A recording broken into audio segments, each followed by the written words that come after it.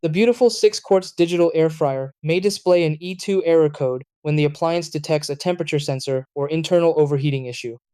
This safety alert prevents the air fryer from operating if the system cannot properly monitor heat levels.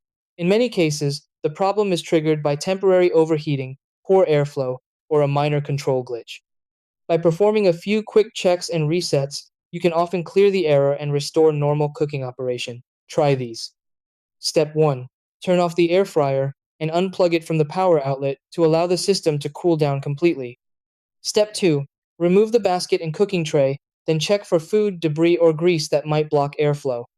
Step 3. Allow the appliance to rest for about 10-15 minutes so the internal temperature sensor resets. Step 4. Plug the air fryer back in and ensure the basket is properly inserted before turning the unit on. Step 5. Start a short cooking cycle to confirm the E2 code has cleared and the air fryer is heating normally again.